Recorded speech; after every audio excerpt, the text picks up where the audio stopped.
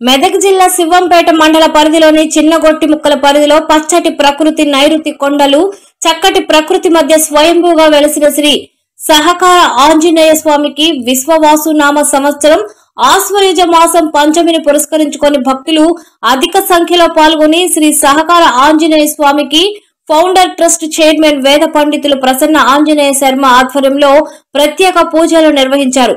పండితులు ప్రసన్న ఆంజనేయ శర్మ శ్రీ సహకార ఆంజనేయ స్వామి గురించి చక్కగా వివరించారు. ఆయన మాటలోనే విందాం.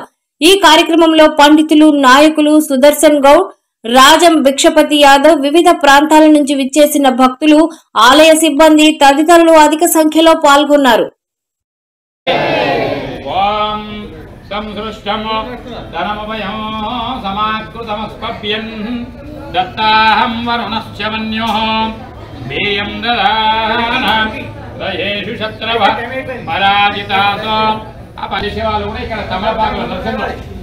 తమలపాకులు కేవలం హనుమంతునికి మాత్రమే మాల సమర్పణ చేస్తాం. సముద్రాన్ని దాటి రావణాసురుని యొక్క బందీలో ఉన్నటువంటి సీతమ్మ అశోకవనం అనేటువంటి ఒక వృక్షం కింద కూర్చుంటే పోయి ఆ రాముని ఉంగరమిస్తాం.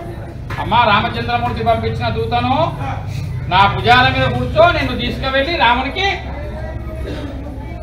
మీరు అన్నట్టు అప్ప చెప్తా. ఏమంటుంది సీత? ఇంత చిన్నగా ఉన్నావు, నన్ను ఎట్లా తీసుకుపోతావు అంట. అప్పుడు హనుమంతుడు ఏం చేస్తాడు? జయ జయ శ్రీరామ రఘువర విశ్వరూపం ఆకాశం ఎత్త ఇస్తాడు హనుమంతుడు. అమ్మా, ఇప్పుడు ఎక్కగలుగుతావా నా భుజాల మీద?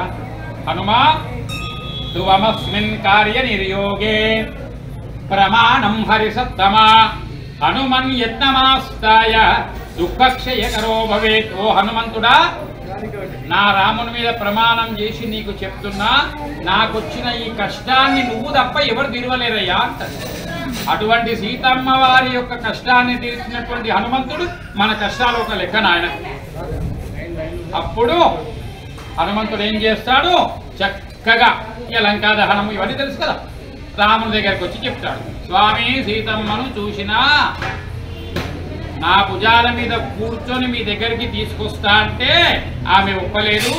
రావణాసురుని సంహారం అయిన తర్వాతనే నేను నా రామచంద్రమూర్తి వెంటనే వస్తా అన్నది స్వామి అని. అప్పుడు రామ మెడలు అంతే ఆ సంతోషంలో మర్చిపోయింది. ఆయన ఏమున్నాయి ఆయన దగ్గర? ఆయన దగ్గర ఏమున్నాయి? ఆకులు ఏమి లేవిగా. మెడల్ ఎందుకు చూస్తే చూసినమ్మా అని కొంచెం నాలుక కలుపుకొని ఆ పక్కనంతా రామదర్శనం చేయిస్తాను. కాబట్టి అప్పటి నుండి ఈ తమలపాకులు స్వామివారికి మాలలాగా వేయడము ఆనవాయితీగా మారింది. జై శ్రీరామ్.